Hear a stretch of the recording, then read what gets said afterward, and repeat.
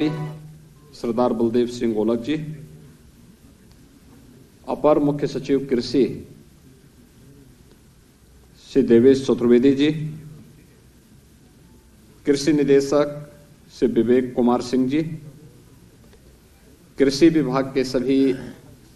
अन्य अधिकारीगण और लोक सेवा आयोग, उत्तर प्रदेश लोक सेवा आयोग के द्वारा चयनित नवनियुक्त प्राविधिक सहायक और उपस्थित सभी भाइयों बहनों, मैं सबसे पहले आप सबके चयन के लिए आप सभी नवचयनित कृषि प्राविधिक सहायकों को और आपके सभी के परिवारजनों को, अभिभावकों को हृदय से बधाई देता हूं।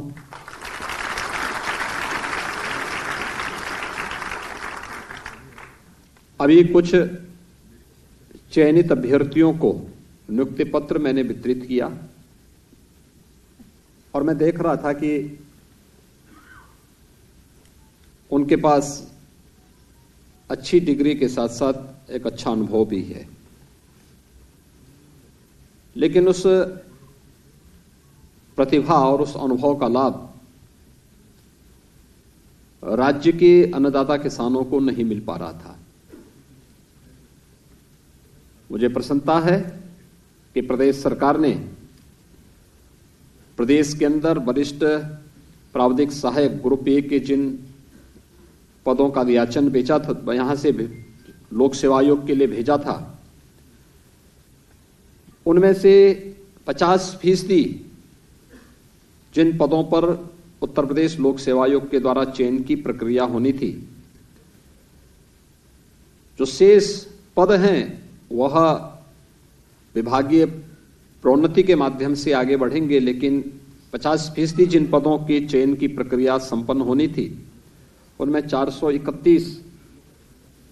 को आज यहां पर नियुक्ति पत्र वितरण का कार्य हो रहा है। वास्तव में हम एक कृषि प्रधान देश में और उसके सबसे बड़े कृषि प्रधान प्रदेश में निवास कर रहे हैं। उत्तर प्रदेश में आज भी एक बड़ी आबादी की आजीविका का माध्यम खेती किसानी है। उत्तर प्रदेश की अत्यंत उर्वरा भूमि, पर्याप्त जल संसाधन उस प्रकार की संभावनाओं को भी आगे बढ़ाती है और उन संभावनाओं को आगे बढ़ाने के लिए केंद्र और राज्य शासन मिलकर के अनेक प्रयास कर रही है। जैसे प्रदेश के अंदर इन संभावनाओं को आगे बढ़ाने के लिए अन्नदाता किसान को समय पे अच्छी तकनीक मिले, अच्छा बीज मिले, हम समय के अनुरूप अपने अन्नदाता किसानों को भी अपडेट कर सकें, इसके लिए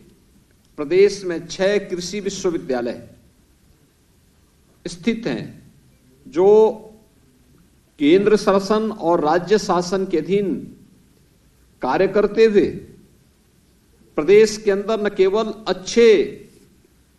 कृषि स्नातक हम प्रदेश और देश को दे सकें, बल्कि अन्नदाता किसानों के सहयोग के लिए हम लोग अच्छे प्रशिक्षित टीम को उन तक पहुंचा सकें। इसके साथ ही प्रदेश में भारत सरकार के सहयोग से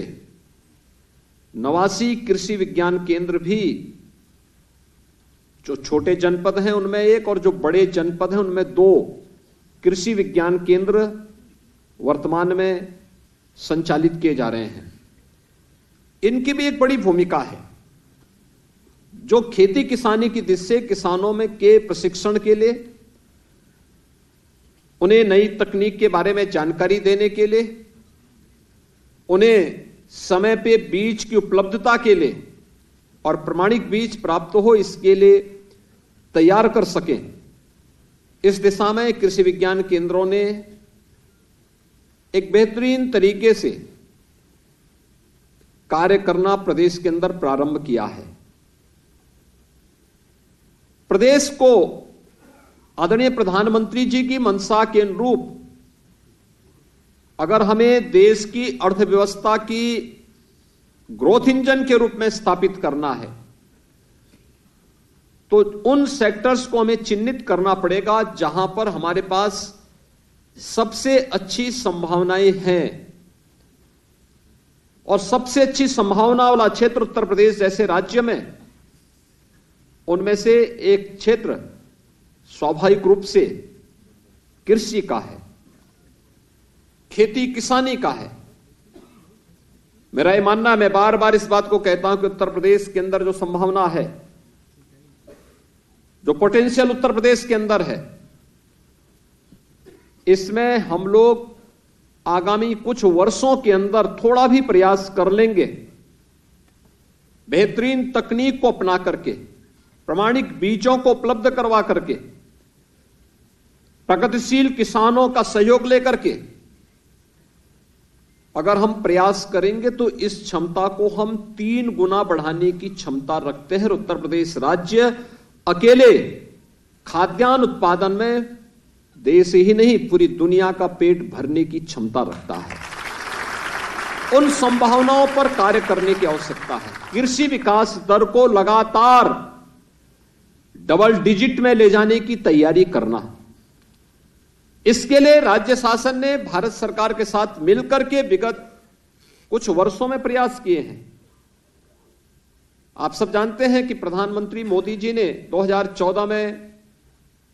देश की बागडोर संभालने के बाद इस दिशा में ढेर सारे प्रयास किए और पहली बार लगा कि अन्नदाता किसान भी किसी शासकीय एजेंडे का हिस्सा है, चाहे वह सॉइल हेल्थ कार्ड की व्यवस्था को उपलब्ध करवाने का कार्य रहा हो, प्रधानमंत्री फसल बीमा की योजना हो या प्रधानमंत्री कृषि सिंचाई की योजना,